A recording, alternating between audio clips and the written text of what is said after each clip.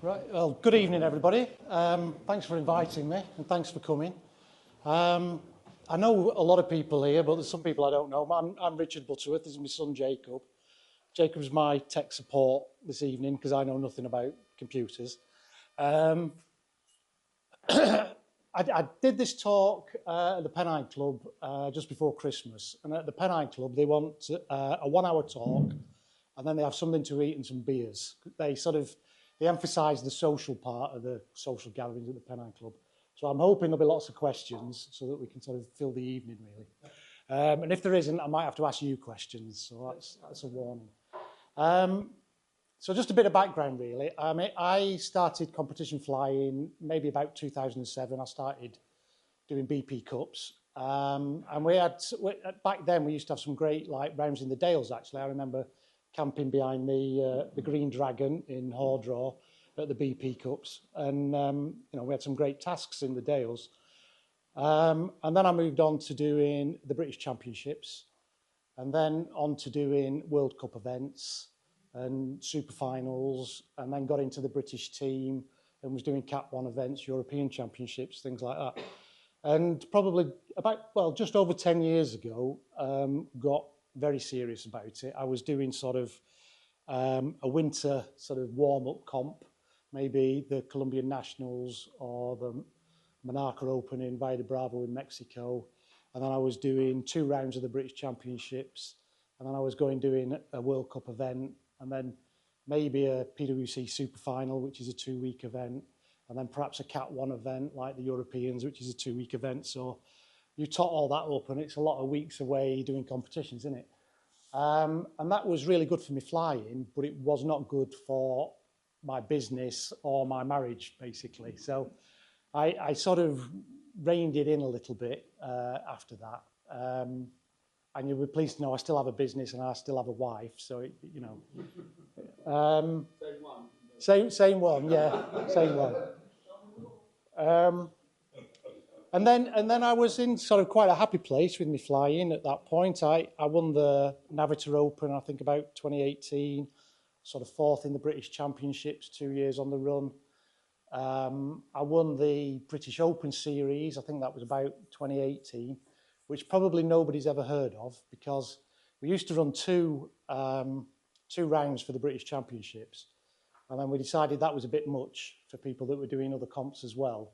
So we had 1 round for the British Championships, and then had another competition we called the British All-Comers Open.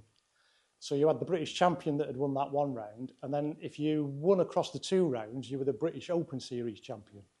So I won that, but then the following year they decided that format hadn't worked, and that's when they started doing these sort of winter opens in Colombia, and then the British Championship in the summer in Europe. So I'm actually the inaugural, the only ever, and the current British Open Series champion, because it only ran for that 1 year. And then COVID hit, didn't it, 2020? So we didn't have a British Championships in 2020 or 21. So I didn't do a comp for any of those years. And then it all opened up again in sort of 22. But the issue was that because I hadn't done a comp for 2 years, I didn't have any of the qualifying letters to get into any of the World Cup events. Because you get qualifying letters from competitions in 1 year to qualify for PwCs the following year. So I had to wait then till 2023, basically, to get back into the PwC. So I didn't do a high-level comp from 2019 till 2023, sort of a whole 4 years off, basically. Surely everybody was in the same boat. Well, they did run sort of some of the winter comps in Colombia and Mexico was still ran during COVID. And the PwC did actually run some events during COVID. I did get an invite to the one in Switzerland during that time, but decided not to go because traveling during COVID was just a pain, wasn't it? So yeah, it was possible if you wanted to travel and you were committed to still keep your hand in and get those letters. But I hadn't done anything for 2 years. So I got back into doing PwCs in 2023 and went and did the one in Romania. And it was an absolute disaster for me. I think I finished somewhere in the 90s, 95th or something. I didn't get to go a single day. So, you know, and partly I think that was because my 2017 Enzo was feeling a bit tired by 2023. It was a bit old and tired. And they'd brought out these new fancy harnesses called submarines, and my Genie Race 3 was just not competitive anymore. And also, you know, I was just feeling rusty. I hadn't done that sort of comp in a long time. So to make myself feel better, I had some retail therapy and bought myself a new Enzo and a new submarine harness. So if you can't beat them, join them. And then in 2024, went back and did the PwC in Gordon, which that year I think was the highest ranked PwC, because it's where Ozone do all the testing in Gordon. So all the Ozone test pilots and designers were there, Russ and Ono and Luke and these people. And I did better. I think I was 42nd. I'd had some crap tasks, but I'd had some good tasks as well. So I was sort of getting back into the swing of things, really. And then that brings me to my comp season 2025. So I decided to do the PwC in China in June this year, last year. So why China? Well, I quite like to go and do the comps in sort of slightly more exotic locations. I've done PwCs in India, Ecuador, Brazil, Mexico, Colombia. So I quite like, rather than just sticking in Europe, to go away and do some of the ones in far-flung places. But also because I didn't have very good qualification letters. So I thought China might be the only one I actually get an invite to. In the end, I did get invites for some of the others, but at the time, I thought this might be the only one that I could actually get in. And it turns out it's actually fairly easy to get to. There's direct flights to Beijing from Manchester. And then it's a 3-hour bullet train. Don't know why this isn't working, Jake. Which is fantastic, 303 kilometres an hour. They're great, these bullet trains in China. So I don't know whether this is what HS2 is going to do, but...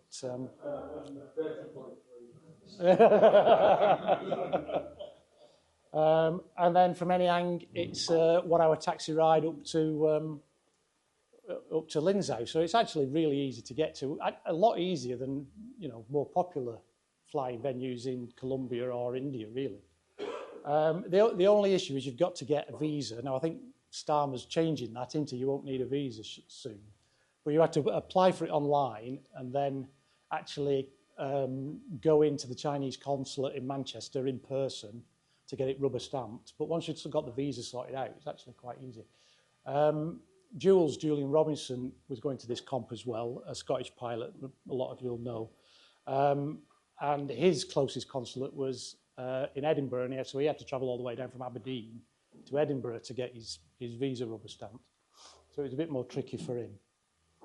And this is what the place looks like. So you've got Linzhou. It's quite a big city, not in Chinese standards, but it's 1 million population in Linzhou.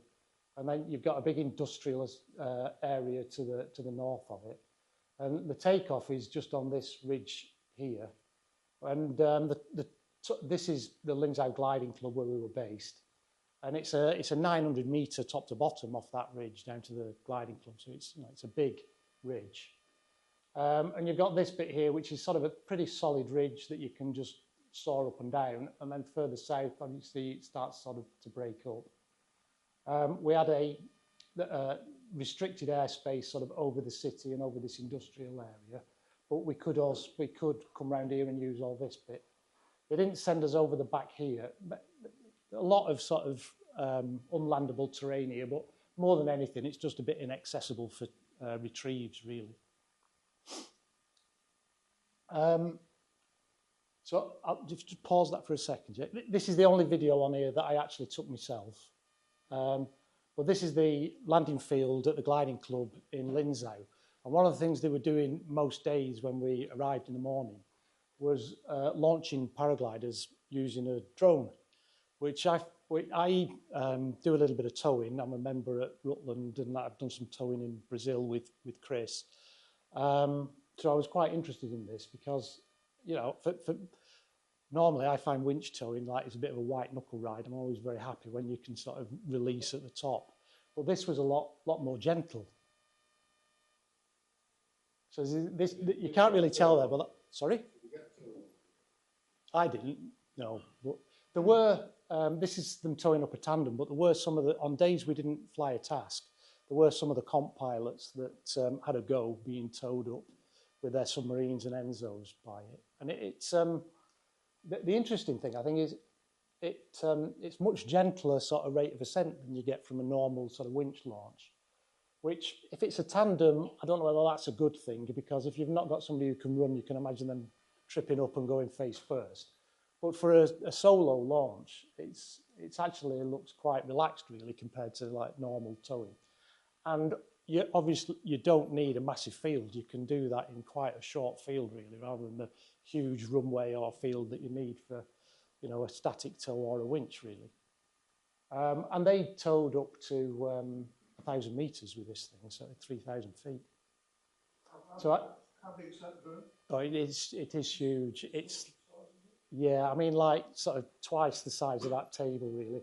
And it's got 4 sort of vertical propellers like a normal drone, and then 2 big ones on arm, which it lifts up, and then they start, and that's what gives it sort of the horizontal thrust.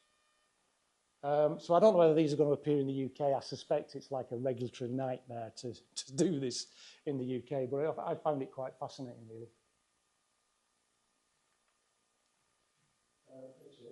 So who's piloting today? Yeah, there is. I don't know whether you can see it, but if you go back to where he took off, Jake, if you can you move it to there? So you can see, there's a guy who stood next to the tandem who's, yeah, controlling the drone. I don't know whether you can see him there. He's somewhere in this lot. There's a guy. Yeah. So I don't know whether he must have a camera on it as well that's like looking at the paraglider, you would think, because otherwise he's told, how does he know what he's doing when it's 1,000 meters up, really? But yeah, you can just see the line. It's very thin, because I don't think that. Yeah, it's a fixed length line. Yes, it is. Yeah. No, it's just the standard way that you disconnect from a static launch, just like, yeah, 3-ring circus that you pull, yeah.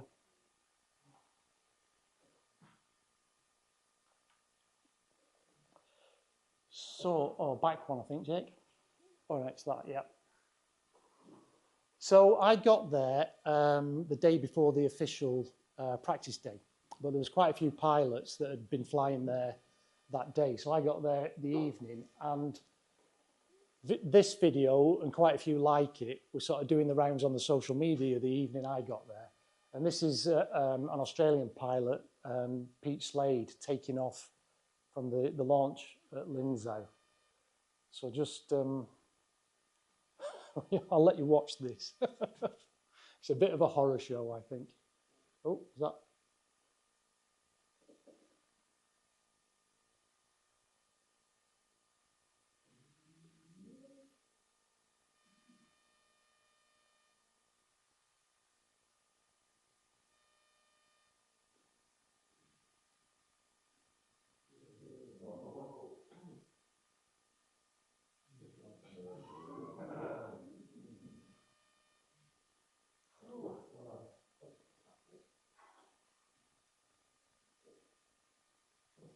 Yeah, so, and now you can see he's like pinned into wind a bit there, isn't he?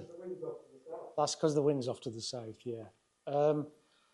But this, so I got there in the evening, and like this is the discussion. There's all these videos on social media, and I'm thinking, where the hell have I come? What am I doing here, sort of thing. And it did spook a few pilots, some quite famous names. Paul Takas, who was there, decided that was it. He was going home, and he got a flight out like the next day. But actually, and I've got a video where I can show you sort of looking down on the launch, and I'll explain why this is. And it's these very specific conditions where the wind is strong and it's off to the south. And actually during the comp, most days the takeoff was absolutely fine. We just had one day where it was a little dodgy.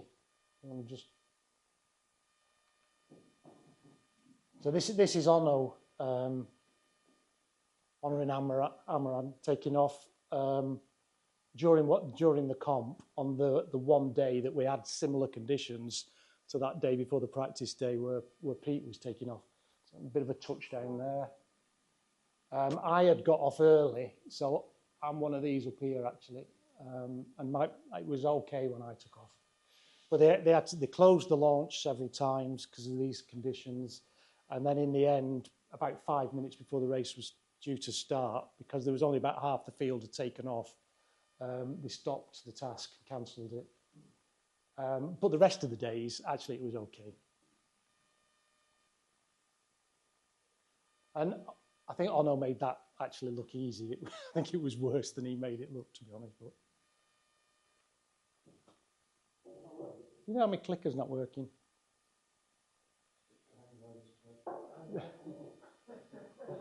So this is sort of typical of the sort of tasks that we had. This is 97k. So the takeoff's here. This is the start of the speed section, and then we're up to this turn point, out to this one. So we're going right round Lindsay. Lindsay's sat in here, down to that one, back to here, and then into the gold there. So that's fairly. We got 4 scoring tasks in the end, and that's fairly typical of the sort of thing that we were doing. Where's the launch there, Richard? The launch is, yeah, can't quite see it, but it's marked by a little blue circle there, the launch. So,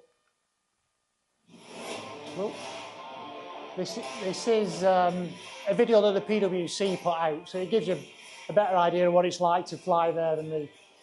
I don't know why, but Jules is all over it, and I'm nowhere to be seen. He must be like more photogenic than me. But there's Jules. Well, that's Jules again.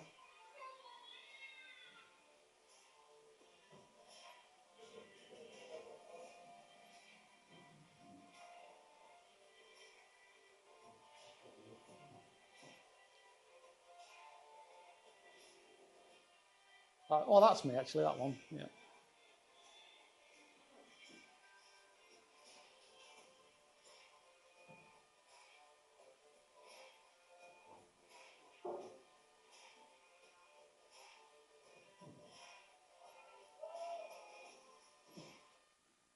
Thanks, Jake.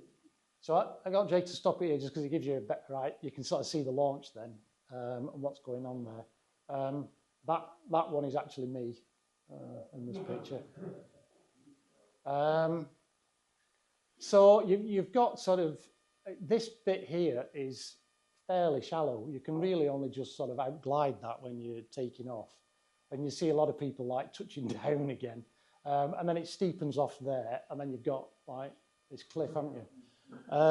So on a typical day where the wind isn't strong, you know, you're just sort of gliding out, and then you get over the cliff and you hit the wall of thermals coming up the cliff face. When it's a little bit windy and on the face, then it does rotor a little bit, and that's when you see people sort of touching down on here. The problem days that we had were when, because it sort of goes around the corner a little bit, this. So if the wind is off to the south, so it's coming along here, it rotors across there, but also like it just, like the whole of this ridge here just churns up the air. So even sort of quite a long way up and quite a long way out, it's very turbulent, and that's what you could see with Pete taking off. But, you know, having said that, most of the days we were there, it was actually perfectly fine because there weren't strong winds. Is it morning only? Pardon? Is it morning only?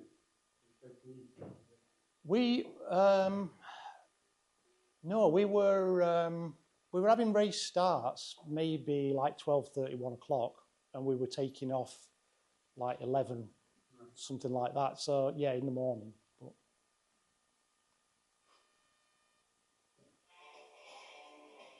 that's Jules again.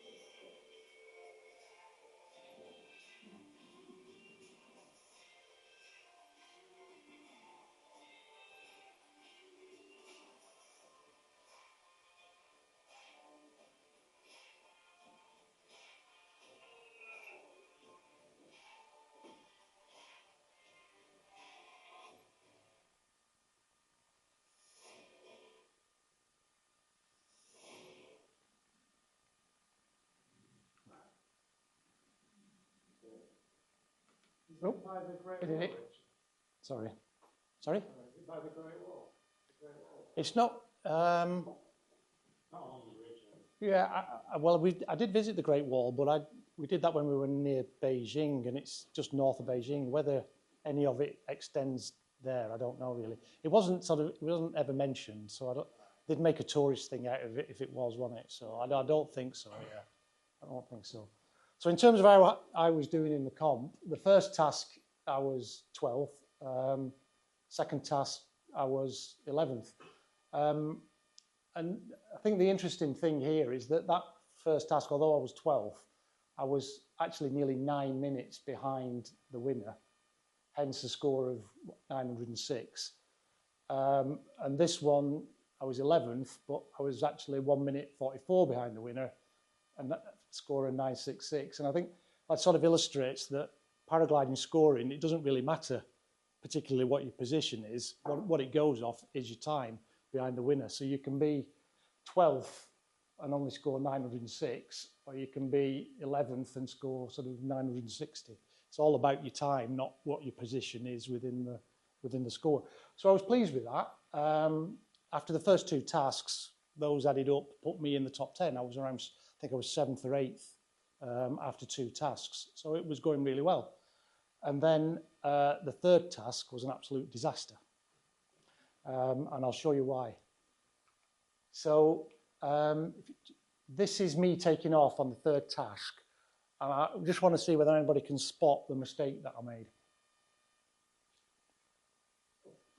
I think Chris is laughing because he knows, because I've probably already told him. Yeah. Right, okay. All right, I'll tell you. Go on, if Jacob pauses it in the right spot, I can show you.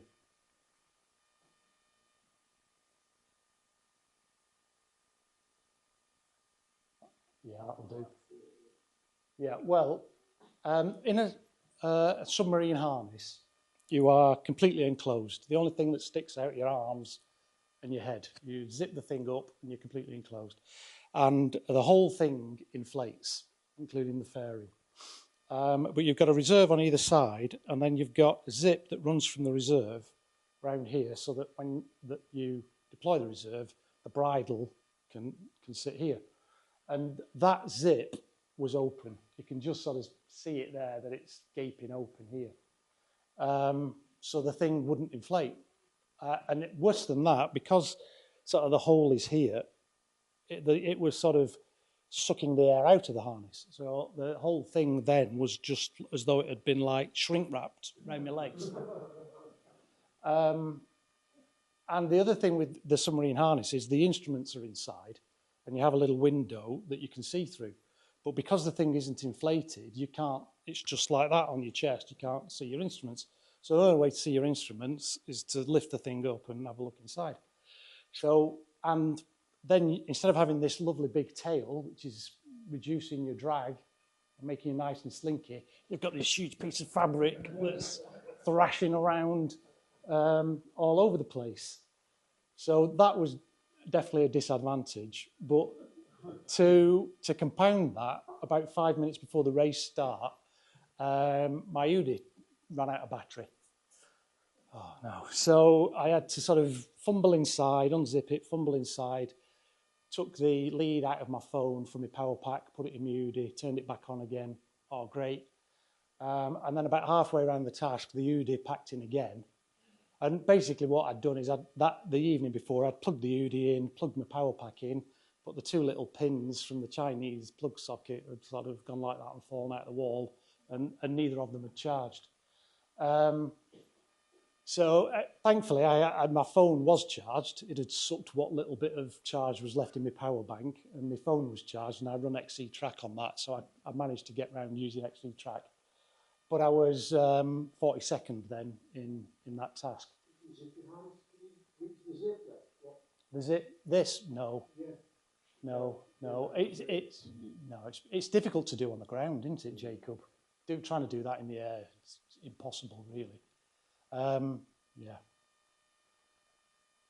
I did think about perhaps top landing and trying to sort it out, but then I looked at that launch and thought, nah, sod it, I'm not top landing there. But there you go. So I was 42nd then in that task. And the big problem in that task was then that it was the one task in the week where we'd had about 30 pilots had all got into goal in one big group within a few minutes of each other. So there's like loads of scores that are in the 970s and the 980s. So it was the one day that really you couldn't afford not to be in that group, really. Yeah. No, I don't seem to be. So I had one more task then to redeem myself. This is what it looked like. So takeoff's here. This is the start of the speed section, and then we down the ridge, out to this turn point, over to this big one, back to that one, and then into the goal. Yellow's the end of speed section. So I'm going to replay this task for you if I can. So we have Sports Track Live, but we don't pay for the premium version, so you can only get 4 people on it, I'm afraid. Yeah. So I've put myself and Julian on it, because I think people here will know Jules. I put Mike Lester on it, who's an American pilot, because he won this task. And I've put Ono on it as well, basically as he was making all the pace in this task. So Jules got off really early. You can't quite see the time here, but it's still, I think, about an hour and a half to go till race starts. So I don't want to move it forward. But at this point in the comp, Ono was in second place, and pretty much his second place was guaranteed. Nobody could really challenge him for that. But he needed to have sort of a really good task win to win the comp overall.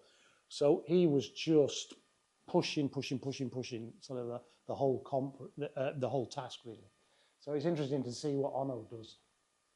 Yeah, sorry about that. You Yorkshiremen will appreciate that I don't pay for it.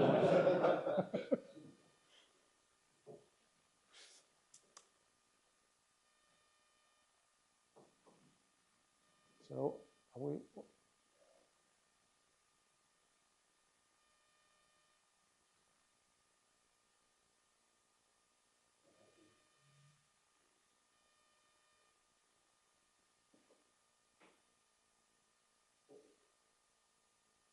We must be close to the race start now, are we? Do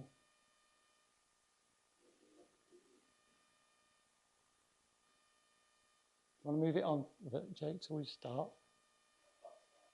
Is it?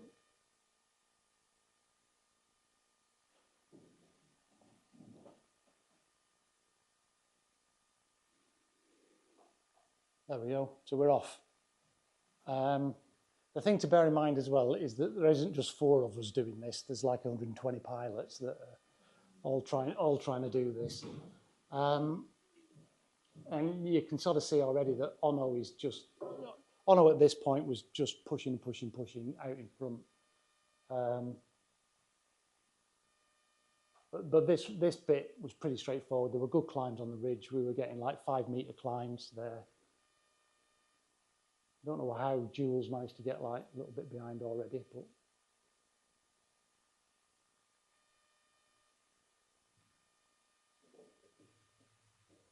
just can you just speed that bit up till we get to this next section? So we're leaving the ridge now, going out to this turn point.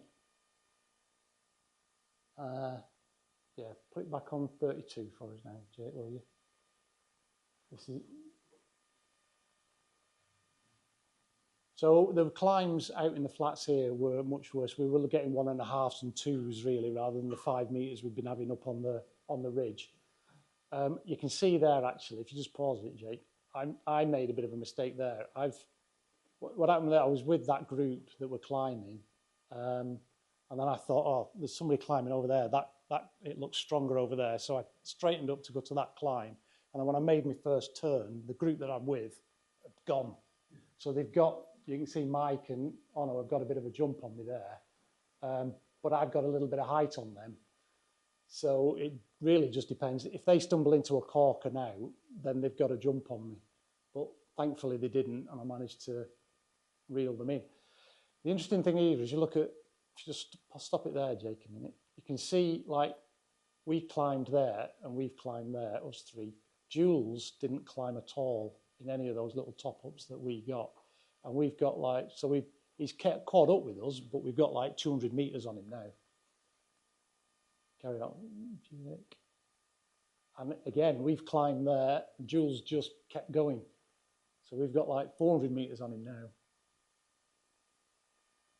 And here, myself and Mike are pretty much in that lead group, and Ono is just like a little bit out front. He's just pushing, trying to mop up all those lead out points and get the task win.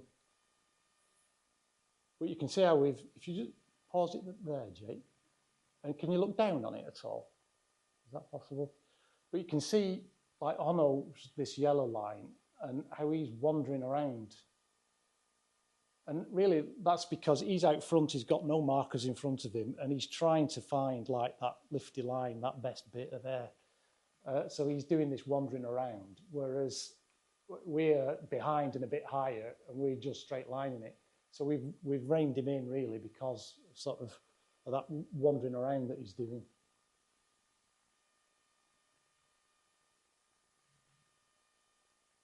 And that's sort of part of the idea when you're comp flying. You don't want to get yourself isolated. You want to stay with other people so you can see who's got the good line. And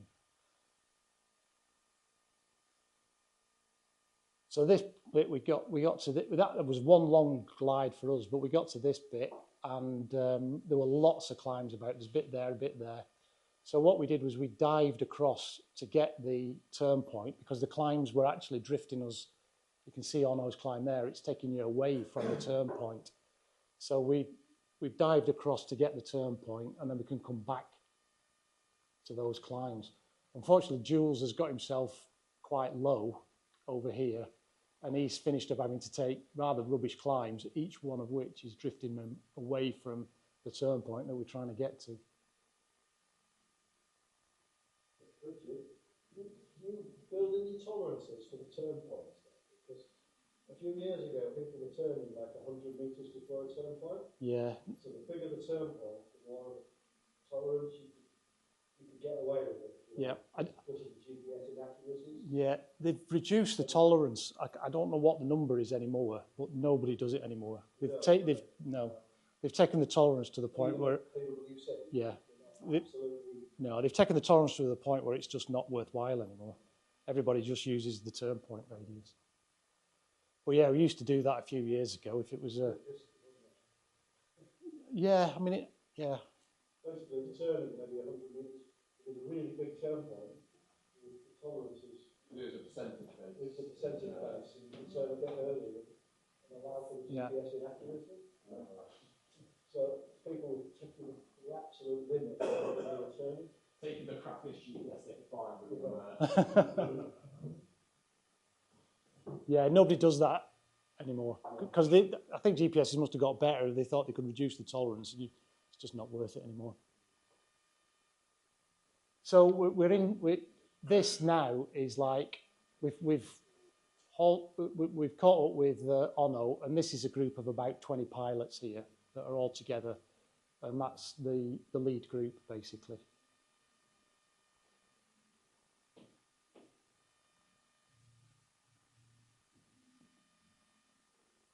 We took a little bit of a weird line towards this next turn point. I can't for the life of me remember why. I think it's probably as much as it's just because the turn point's over there. Why are we going over here? I don't know. But sometimes it's just the gaggle brain. The gaggle's going that way, and you go with the gaggle. And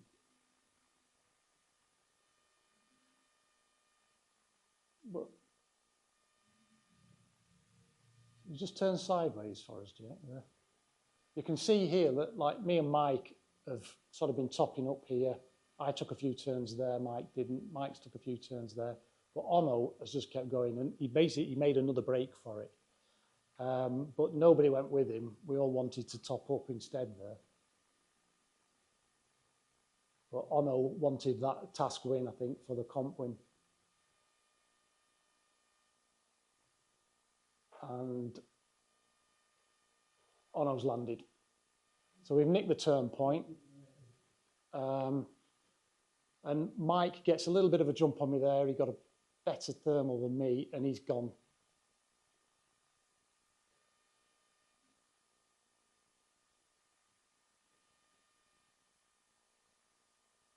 And then I took 2 turns there because I didn't have a glide into the goal, whereas Mike has gone in low and he's climbed inside the end of speed section.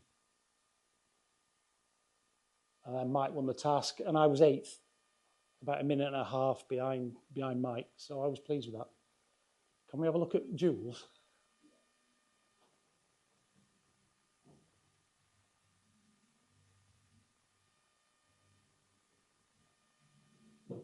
So while that's happening, Jules is over here. So I think he's sort of got mega low in these little foothills, and he's just scratching in survival, basically.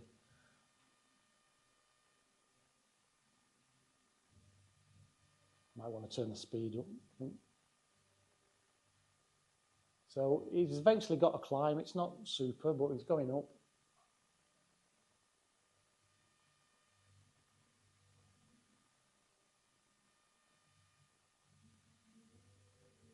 And then, yep, he made it to the ridge, and then it's just a coast into goal.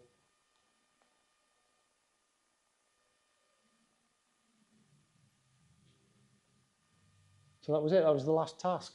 So I was pleased with that. 8th in a PwC task. And then the overalls, I think that's next. So this is where it put me then overall. You can't see the number there, but that's 16th. And I don't know whether I should explain what FTV is at this point. Everybody knows what FTV is, don't they? Oh, no. All right. It's a task dropping system. So it's normally set at 25%. So what it means is you can drop 25% of your score. So your worst scores, basically. So in essence, when you've done 4 tasks, you can drop your worst task. It's actually applied every day. So after the first day, you're dropping 25%. After 2 tasks, you're dropping 50%, etc. That's the simple explanation. The way that it's calculated is actually very complicated because it takes into account the task validity, because not every day is 100% valid. And that's why some of these scores are crossed out, because those are sort of their worst tasks, so they're dropping them. So for me, I dropped that task where I'd had the problem with my harness. But the issue was that was the one task where we had loads of people scoring, 990s, 970s, 987, 970s, etc. So there is, in fact, a few people above me in the ranking here that I beat on all 3 tasks apart from that one where I had a problem, and they beat me on that one. But if you'd have said to me before I went there, 16th, the super final place, I'd have taken that. So, in some ways it's job done, got a place in the super final, 16th in a PwC, but tinged with a little bit of sort of disappointment because I had been in the top 10. If I hadn't have messed up that day, then I could have been in the top, definitely been in the top 10 really. But again, it wasn't a flying mistake really, which sort of encourages me. It was a mistake to do with preparation and my kit. It wasn't a mistake I actually made flying. So that was the PwC. In terms of China, it worked then, Jake. Flicked on 2, didn't it? I don't know. Linzhou, it's quite a big place, and the centre of Linzhou is a very sort of vibrant, busy place. Lots of people about, loads of restaurants. You can go and get some street food if you want. Your deep fried locusts and all that sort of thing that they do in China. And it's a little bit off the beaten track for sort of tourists, really. So the majority of the locals, I don't think they've seen many Europeans. So you do become the sort of centre of attention. And, people will stop you all the time and they want to talk to you. If they don't speak English, they'll have their translating app out and they'll be using that. And then they want to have a picture with you. The weirdest one was a couple with a baby who made me hold the baby while they took a picture of me with the baby. And I mean, they're just being friendly, aren't they? But and you want to be friendly back, of course. But when you've been flying all day and then you've been out for something to eat and you just want to get back to the hotel, it's like every 10 feet somebody else is stopping you and they want a picture, and you know. But yeah, they're super friendly. One evening, the competition organised for us to go what they called a cultural event, which this is a picture of it, and it was this show that they put on. It was like Ben-Hur, like Cast of Thousands, and I've got no idea what was going on. I think there were some peasants who were being oppressed, and they had to build a canal. At one point, they had to fight a dragon. I don't know where the dragon came into it at all, but it was actually really good. They had to dig a canal. That's the canal that they dug. I think there was probably some sort of Chinese Communist Party propaganda in there somewhere, but it went right over my head. And then me and Jules went to Beijing for a few days. So we did like the touristy bit around Beijing, Tiananmen Square and the Forbidden City, and then up to the Great Wall. So that's me on the Great Wall. Yeah, so it was good. I think for anybody who's like thinking of going, I think I wouldn't go there just for a flying holiday, just because if you get some dodgy weather, that takeoff is a bit odd. I think if you wanted to sort of, have a week where you're doing a few days in Beijing with the touristy stuff, and then you want to get off the beaten track a little bit up to Linzhou, and then you have a few days flying, and you pick the right days and don't go to the takeoff when it's dodgy, I think you could have a really nice time. But yeah, I wouldn't I don't think I'd go for a week's flying holiday, to be honest. And I enjoyed the comp, and we got 4 tasks out of it. And that's China. So, unless you've got any questions, we could have a break, or I can go straight into talking about Krusevo. I was curious, Richard, about the formulas in the comps. How many pilots are understanding those and adjusting how they're flying according to, like lead out points? Or do you just fly and see what? Well, I'm one end of the spectrum. I don't understand it at all. So I just go and fly. And then you've got Richard Meek, who's the other end of the spectrum, who's got a spreadsheet for everything.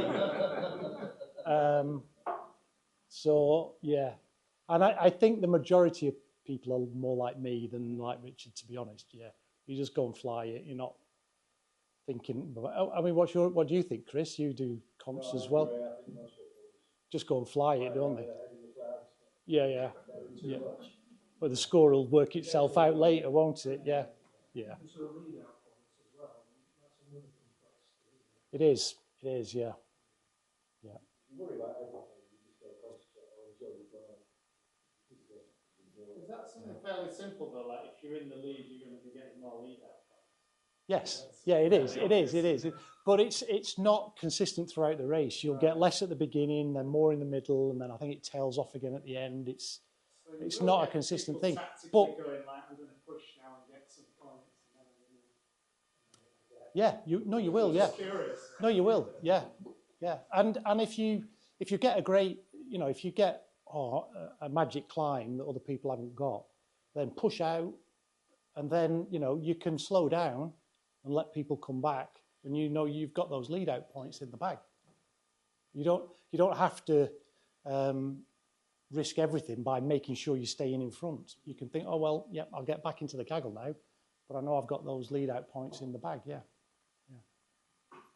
Which is what you see Ono doing a lot. If you ever follow him in any of the comps, he will quite often push out and then let the gaggle swallow him up again. But he knows he's got those lead out points. But it's a bit different for Ono, because when Ono goes, he knows people are going to follow him. He doesn't tend to get isolated, because he did on that one. He was pushing to try and get the task win. That's what put him on the deck. But normally, if Ono goes, then it's Ono. Right, well, let's go with him. But, yeah. But it's not something that I overly think about, really. I haven't got the bandwidth to be working all that out as well, yeah.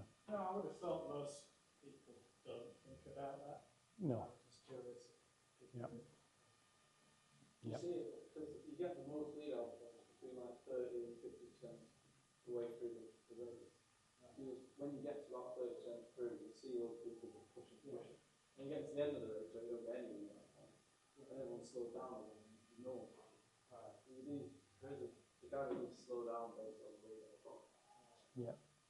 That's mainly 2 or 3 people driving. And it depends where people are in the comp, because you'll get people that are nowhere in the comp.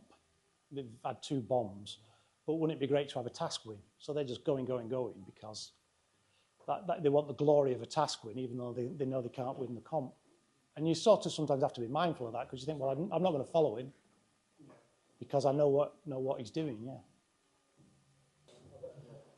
Welcome back, folks. Part 2. So after China, it was off to Krusevo for the British Championships. So this is looking out from the launch. That's Jacob there. That's Mr. Meek, laughing around with his on his spreadsheet. Yeah. Did you only do 2 comps? Pardon? Did you do just 2 comps? Yeah. So Macedonia. I mean, I really like Macedonia. This is, I think, the 3rd British Championships that I've done there. I did a gym-wide open there when Jacob was first getting into comps.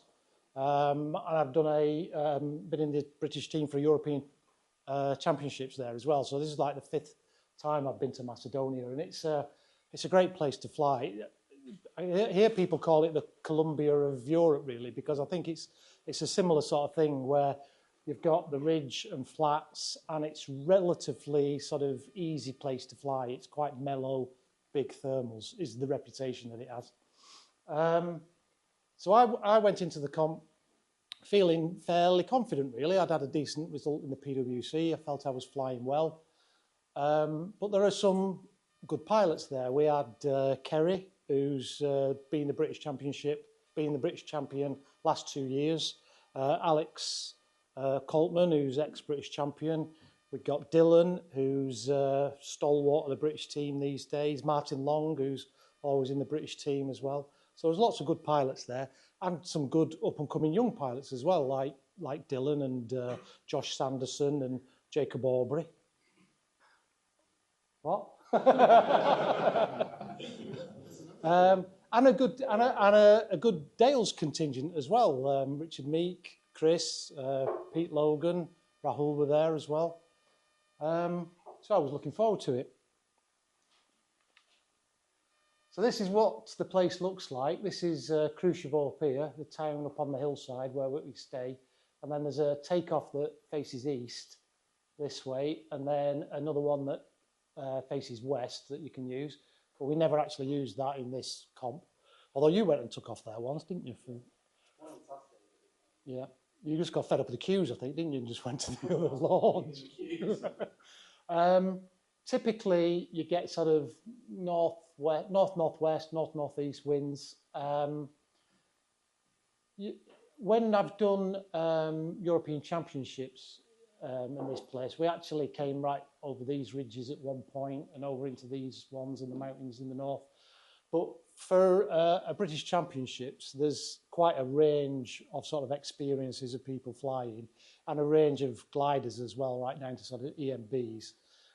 So typically they'll run you down these ridges out into the flats, and if there's not much wind, you'll be doing sort of triangles and landing back near Krusevo. There's loads of landing fields along this road. Or if it's a little bit more windy, what they'll tend to do is bounce you down the valley a little bit, and you can have landings down at the south, really. I don't know what slide's coming next. Oh, there we go. So this is what it looks like. That's looking out from launch towards Prilip on the other side of the valley. That's looking a bit further north. We had some starts over on these little hills. And that's another picture. That's looking north as well. We had some, these are the little hills that we had some starts on. Well, that's what the terrain sort of looks like.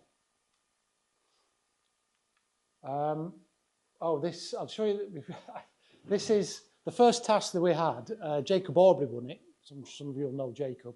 He wasn't actually the first in goal. He won it on the lead-out points. It was a pilot called Darko that won it. But Darko got round in 1 hour 36. This pilot was the last person in goal. And this sort of illustrates the range of gliders and experience of pilots that we have at the British Championships. And he was 2.5 hours after Darko. So Darko could have got round twice with an hour to spare. But if you come into goal that late, and you might find there's nobody there and somebody's wrapping up the goal line.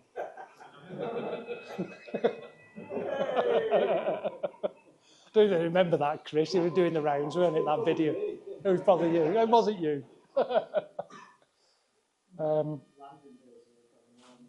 Yeah. So I'll show you this video, mainly because I don't carry any cameras. I don't video when I'm flying. But I had my best collapse of the season when I was in Macedonia last year, and the all-seeing eye of Richard Meek's camera caught it. So I thought I'd show it you. So we were low in a thermal, trying to get back up, and it was quite a ratty one. And Richard took a big hit, and then about 20 seconds later, I did. So it was a bit of a non-event, really. What I would sort of say about this, if you can just sort of pause it in the right place, Jake, is that it's a little bit of a sort of bugbear of mine that I don't think enough comp pilots who fly high aspect ratio wings like this go and do the proper training SIVs, because you see lots of sort of incidents like this that turn into reserve rides. I don't know whether that's your experience, Jake and Chris, of sort of comps.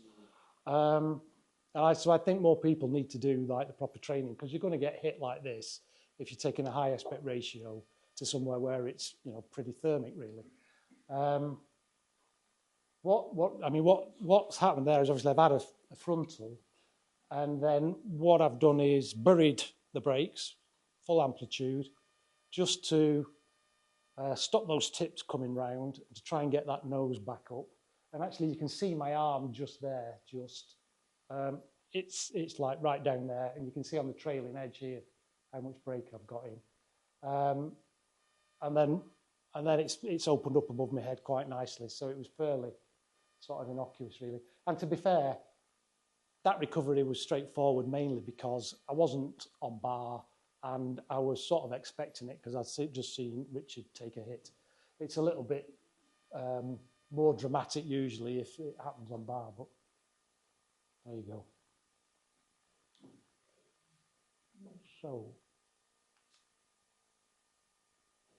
So this is where we were at with the scores in the British Championships after 3 tasks. So I'd had 3 okay tasks and was in the lead just in front of Jacob Aubrey by about 9 points. But I think like the interesting thing about the scores at this point, and it's not obvious unless you understand this FTV that we were talking about before, is that I'm not really in the driving seat here, actually, because you've got Dylan, who has had a bomb.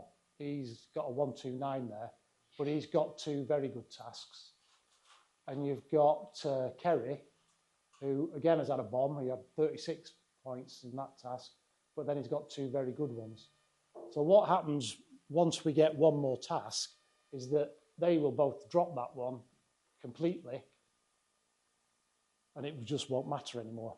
So really, it's, although, you know, I'm in the lead, Jacob's 9 points behind, it's Dylan and Kerry who are in the driving seat. And at this point, I'd have rather have had Dylan's scores and Kerry's scores than mine.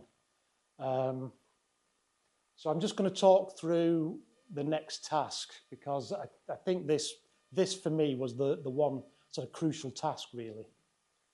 Do you remember this one, Chris? Do you? You might do in a minute. All right. So takeoff's up here.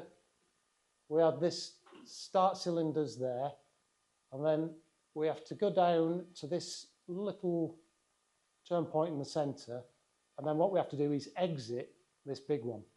So the optimised line is showing you going out there and then back in, but you could go out in any direction you want. And then you've got to come back into that same little one in the middle, and then exit this bigger one again in any direction, and then back into this slightly larger one and down to the goal to the south. Do you remember it now, Chris? You do, yeah. Yeah, they're awful, aren't they? Well, yeah, Don't know which way to go. they are, You they, just end up following them. these inny-outy tasks, they are Marmite. People love them or hate them, don't they?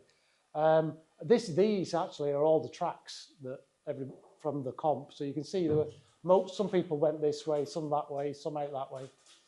But I'll just talk through this one a little bit. So this is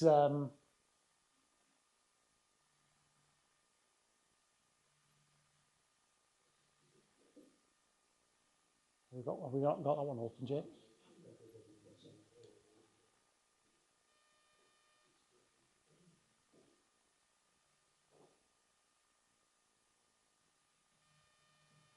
So this is my track log. Now we had an airspace limit in this comp. Was it 3,200 or 3,300 meters, something like that, weren't it? And there were days where you were struggling to stay below that limit. And there were a couple of people who did get airspace infringements and got penalties because of it. This particular day, it was working all right on the ridges here, but as soon as we went out into the flats, the inversion hadn't broke, and it was a real struggle. The climbs were weak, and it was a real struggle to get over sort of 1,500 meters. If you were lucky and you got something a bit stronger, you might get up to 18 meters. But this bit here was just a real struggle. So if you keep going down, so I don't know, do you recall that, where you were at that point, Chris, or not? No? I honestly don't remember what. No. No, okay. No. But out to the east, generally, was where the inversions and the convergence were the best, weren't they? And quite strong stuff out there, but I don't remember that day. Right. So yeah, so this was like a real struggle. But I tagged this turn point and then gone out in this direction and got a climb here. And at this point, I was not at the front of the race. There were lots of gliders in front of me.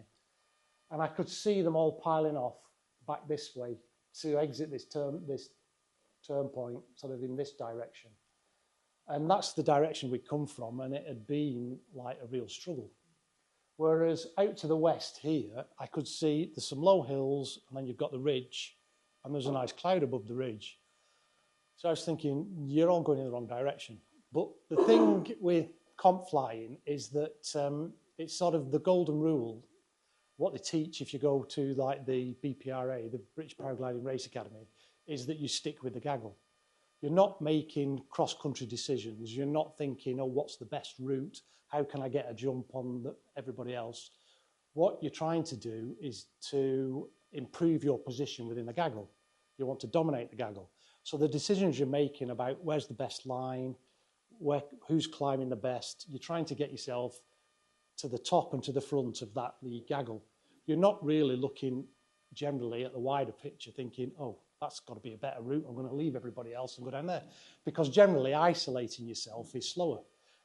People do it. You'll see people who go off on their own and they win a task by 10 minutes. And you think, wow, that was great. But people don't win comps that way because that might work once every 10 times. It doesn't work the majority of the time.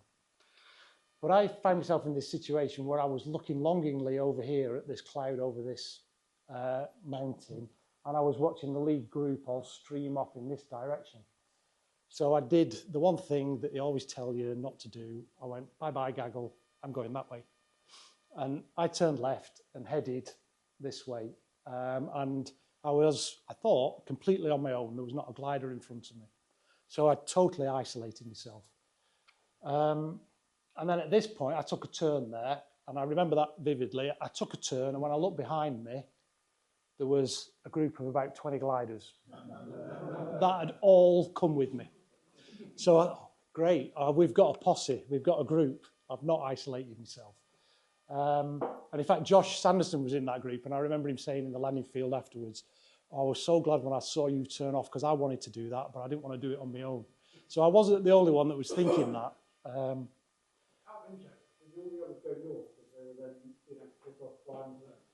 Yeah, well, Jacob went north, and that. The idea of going back the way we come was that all the others were coming towards us, so we'd be able to pick off all the people behind us, and that's way faster. But what happened happened was we were then lower than everyone else that was behind us, so they were picking off the climbs off us. So they were catching up to us instead of us catching, like, getting a bigger break from them, so it didn't work. I don't suppose you know the answer to this, but I wonder how on earth they calculate the lead-out points when you can go in any direction.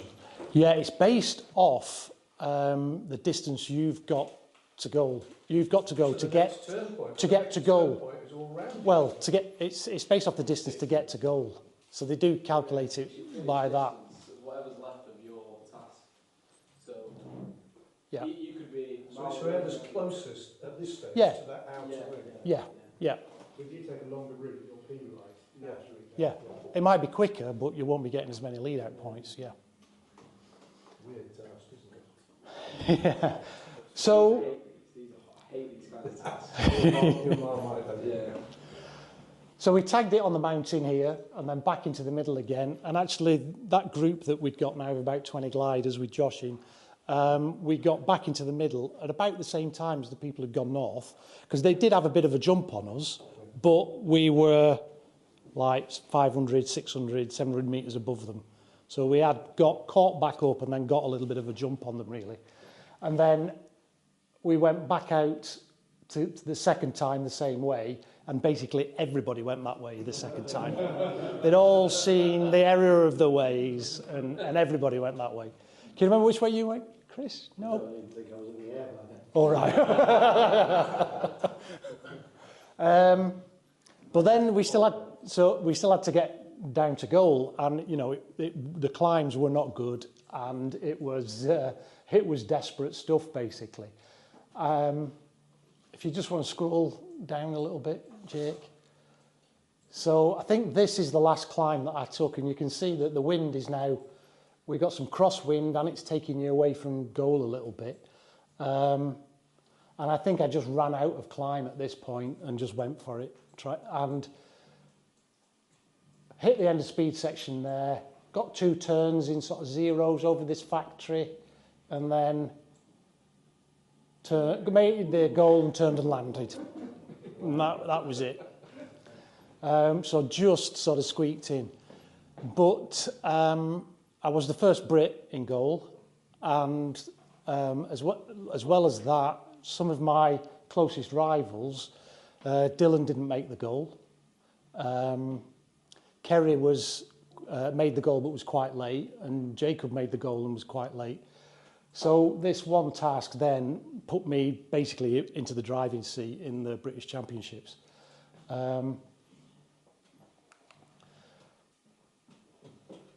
Just thinking about it. So you like these sort of tasks, whereas Jacob doesn't. Yeah, at the end there, it was British flying. It was very weak, and the big problem with it was that if you got low and had to take something really weak, the wind was sort of mainly cross, but also there was an element that was actually just taking you away from the goal. So you couldn't just think, well, I'll stay in this and survive. It was taking you further away. And that's what happened to Pete. Pete got close to the goal, and we picked him up in the bus on the way back, and he'd got a weak climb, but it was taking him away from goal. And every time he pushed forward, he's back in the same place again. Yeah. But this just sort of, that final glide I made there and I just scropped into the goal, that was sort of the story of my week, really. And it's also partly sort of part of the strategy, because if you've got FTV at 25%, then you only have to make goals 75% of the time, because 25% of your tasks aren't going to count anyway. So in theory, you should set off on your final glide when there's a 75% chance that you're going to get into goal. How you calculate that is another thing, but it's worth just risking those final glides sometimes, because you can afford, not to get there at least 1 in 4 times.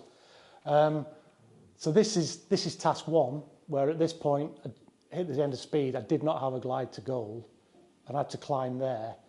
And then I did have a glide to goal, and then it was a bugger to get down. The whole of the goal was going up, wasn't it? But at that point, I did not have a glide into the goal. This was task 2, and this is quite a long sort of final glide here. This is probably about 18, 20k. final glide. And I took one turn here and then again made like, crossed the line and landed. And I think out of the 5 tasks that we had, I had to climb after the end of speed section 3 times out of those sort of 5 tasks.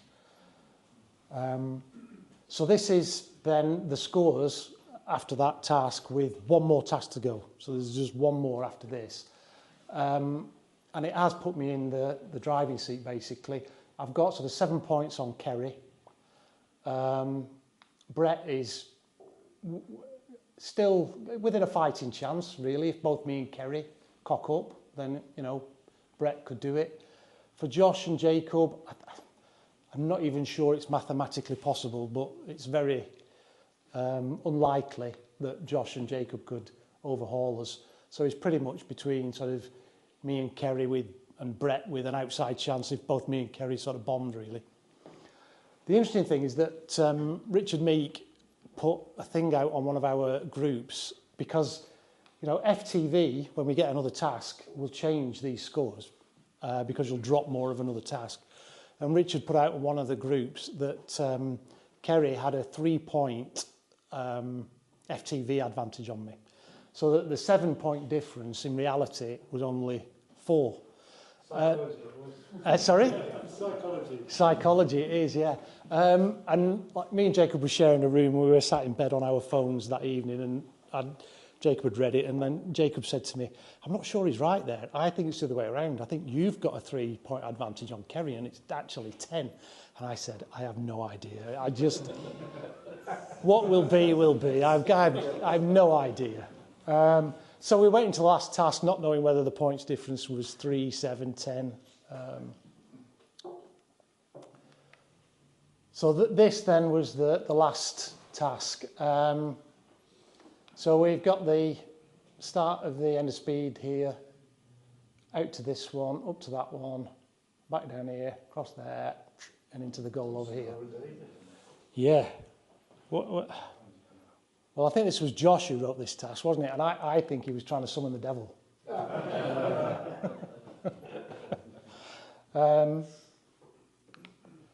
So that's myself, Kerry and Brett, and we were in first, second and third at that point. And as you can see, we're honed athletes. But, I mean, we have some really good sort of up-and-coming comp pilots in the British scene at the moment, people like Dylan and Jacob Aubrey and Josh and my Jacob. But in this comp, it was the old-timers that were showing them the way. Or as Jacob calls us, washed-up has-beens, is it? Something like that. So this is me taking off on that final task. Oh, that's interesting. No, I don't either.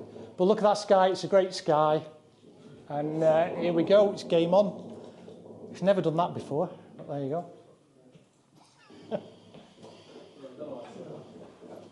Don't worry. Don't worry about it, Jake.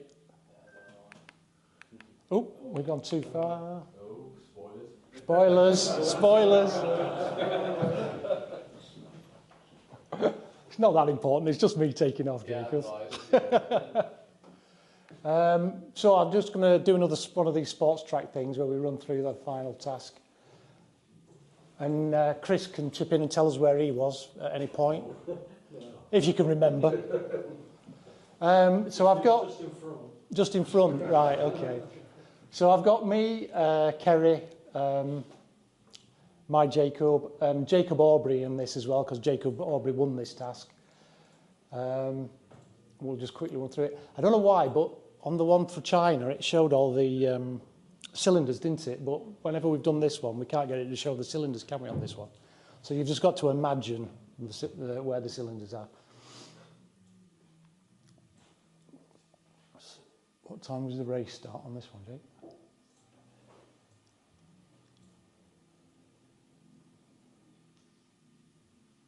Any time now?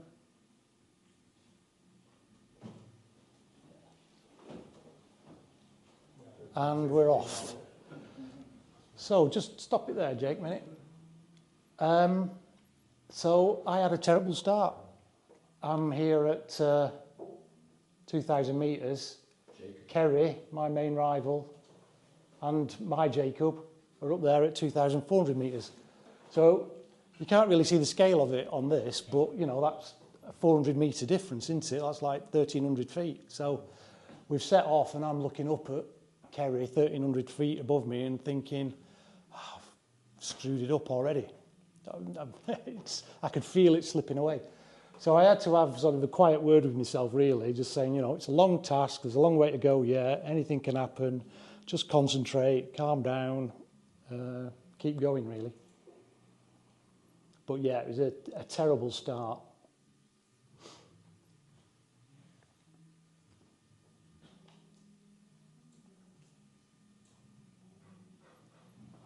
And the other thing you've got to remember here is that there aren't 4 of us again. There's 120 pilots in this melee somewhere. This climb sort of got me back in the game. I got a much better climb here than Kerry and Jacob had got there. So I'm a bit behind them, but I'm higher there. So that, you know, pretty much, not quite, but it's almost got me back up with Kerry.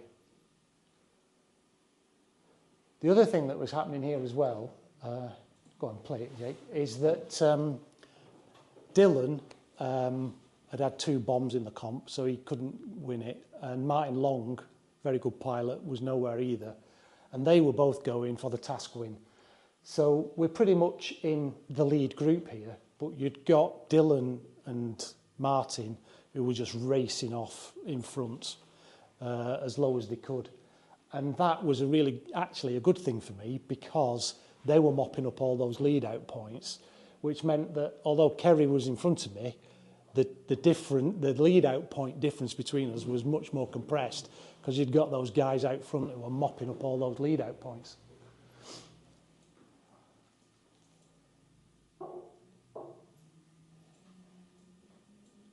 I want to speed it up a bit here, Jake. It's pretty much sort of cat and mouse for most of this, really. Kerry gets a better climb and get there and gets in front, and then we get a better climb and sort of reel in a little bit. But it's always either just in front or just a bit further in front. I never quite managed to get in touch with him. So I know at this point that, you know, Kerry's got me on the lead out points. I'm gonna have to do something on the end game, basically, to get Kerry here. Again, I don't know how he did it. He got a monster climb there that we didn't get. Oh, there's another spoiler there, was it?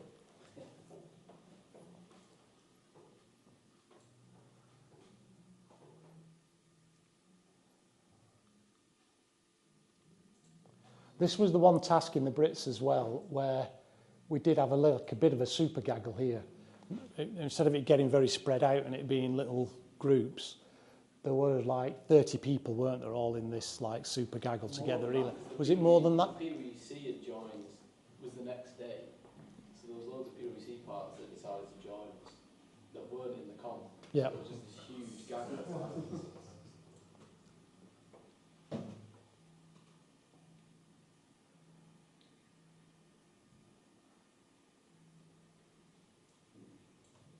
So this is where we're sort of getting near to the end game there. Just stop it there, Jake, a minute. I have taken too many turns there. You see, we've climbed together there.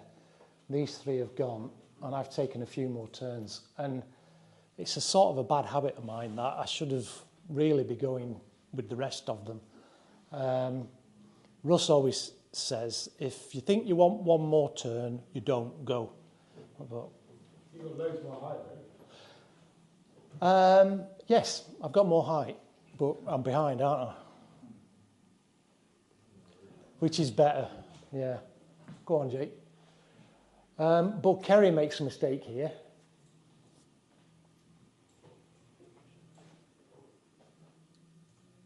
Kerry stops and takes this climb. And actually...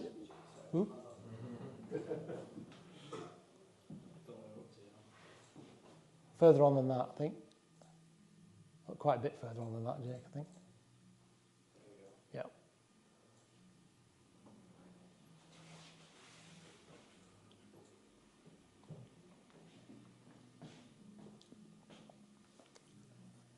Yeah, so Kerry, we're into end game now. And you can see Kerry's taken this climb, which is actually quite weak. I can see they're climbing better, so I'm coming over here. But Jacob's hit a monster there, and he's doing really well. And actually there, Jacob's gone now. He's going on his final glide.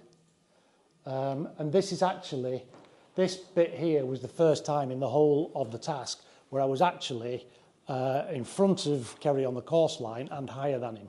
So I could see him coming along underneath me as I'm climbing. So I'm thinking, right, I've got him now. We're close to sort of getting to final glide. Maybe a few more turns and we'll go. He's going to come underneath and start climbing, and I've got him. But what he actually did was he came underneath me and never stopped and just went for it. So then I had to go. I couldn't let him go, really. So this is it now. We're on our final glide. But the problem I've got here now is that Kerry is a lot faster than me. He's a big guy on a big glider, top of the weight range, that he's trimmed really fast, and he had about 5k an hour on me. I am full bar, limiters taut, pushing up on the bees. I've got nothing else to give, and I can see him sort of pulling away from me. Go on, Jake. But we then hit a load of sink. I mean, I don't know whether we're minus 3.4 there. I think it gets worse. But Kerry then starts to get, well, basically we hit that sink and then we haven't got to glide into the goal. We're going to have to climb again. And Kerry lifts off the bar because he wants to have a better glide to have a better chance of getting into the goal. And suddenly I can see I'm gaining on him again. So I thought, well, my only chance is just to stay on bar and hope that I get a climb somewhere. So that's what I did. You can see, if you just stop it there, Jake, you can see Jacob won the task. He got to the end of speed section first, but he's mega low here. The goal's sort of off the screen there. So he's had to climb here to get over into the goal. Did he say he was 50 metres off the ground at some point, Jacob? When yeah. he set off, he didn't actually have a glide into goal. He just set off because he just started having this off. Right. So we're about to cross the end of speed section at any moment here, and in the end, Kerry got over the end of speed section 3 seconds in front of me, but we didn't have a glide to goal. But pretty much straight away when we crossed the end of speed, we found a little climb. So we managed to climb there, and then we could get into the goal.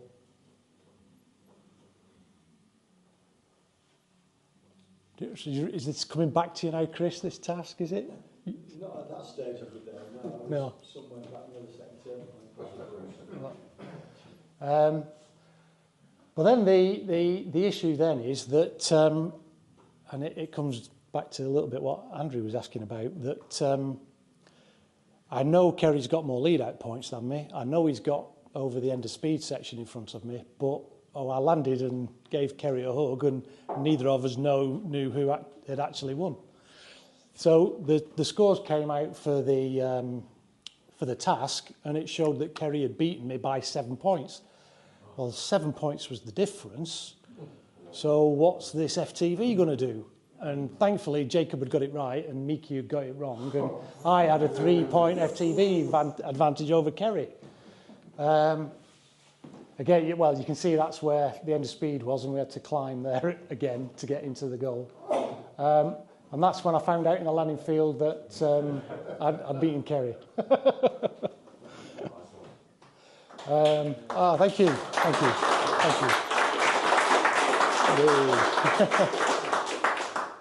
So, have we got any sound on that? No? This isn't way.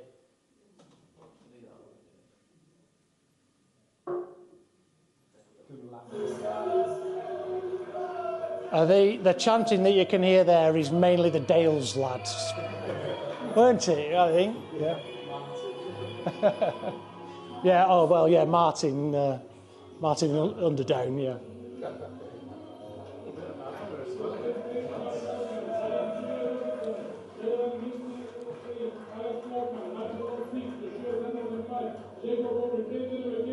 And the winner, Richard Butterworth.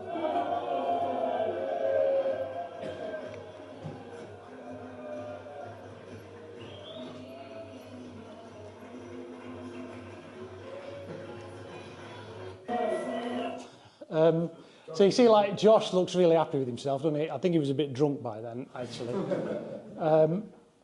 Jacob Aubrey had spilt a drink all over Dylan. That's why he stood like that, because he looked like he pissed himself.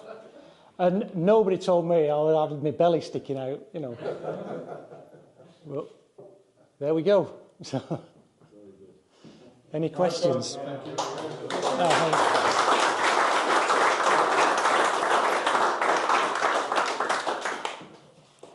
Yes, and what I thought was great about that one is you'd have won that without, if there was no FTV scoring, you'd have absolutely you'd have won by mine. If there was no FTV, we worked it out, actually. I'd have won by about 800 points, wouldn't I? Was it more than that? It was like 930 points. If there was no FTV. And they're talking about not having FTV in the British channels. They are, yes, talking about Which that. I think is the right answer. I actually quite like FTV because I usually finish up bombing short of the goal on one day. This was unusual for me, but... Yeah, but Mark, am I right in saying that FTV, though, it encourages you to push harder, though, doesn't it? Which is more exciting for racing. Yeah. Yeah. But if they didn't have FTV, you'd have had a different tactic for most of those tasks. Presumably you wouldn't... Yeah, I wouldn't have been risking some of those final glides because it would have been disastrous not to make the goal, yeah. Yeah. It's going to favour the old farts, isn't it? That sort of real. It's what I say? It's going to favour the old farts instead of the young racers. Yeah. I think in the Brits what we should do is follow what they do in PWCs and what they do in Cat 1s, because then you're training people for that environment, aren't you, really, rather than doing something different. But I mean, we didn't used to have FTV, did we? You'll remember Brits where we didn't have FTV, yeah. Is the FTV in the PWC the same? Yeah, 25%, yeah. Yeah. Do they have it in the SRS class? No idea. I've never done an SRS, I don't know. No, they have it over the series, but not on each event. The French don't, do they? They're open, so... Do they not? No. I'm not... Either way, it's a different game, but it's the same game, isn't it, if you know what I mean? It'll alter the way you fly, but I don't think it will change the enjoyment of it. It's just a different tactic, isn't it? Yeah. I think the only problem is if you have a bad day on the first day, you know your whole com's screwed then. Whereas with FTV, at least if you have a bad day the first day, there is a chance you could still win the comp. So, you know, people, let's say you bomb the first day, you might go home without FTV because you know there's no chance you're going to win the comp. That's one thing. Yeah. That's why I like it. Yeah. What are your plans for this year then, you two? Well, I've got the PWC Super Final in Spain in end of May, beginning of June. I'll do the Brits again. I think that's Pedro in September. And at PWC, I think the one in Greece is looking favourite at the moment, I think, of the different venues they've got this year. And then I'm sort of on the cusp of the British team again, so it's possible, but not guaranteed, I might get a place at the European Championships, which is in Macedonia. So we'll see. Jacob's off to India on Tuesday to the PWC. Yeah. And then Macedonia, the week before the Europeans, it's the Junior Worlds. So me, Jacob and Josh and Dylan will be in Macedonia for that. And then the Brits, and then apart from that, I don't know. Whatever my boss will let me on the time.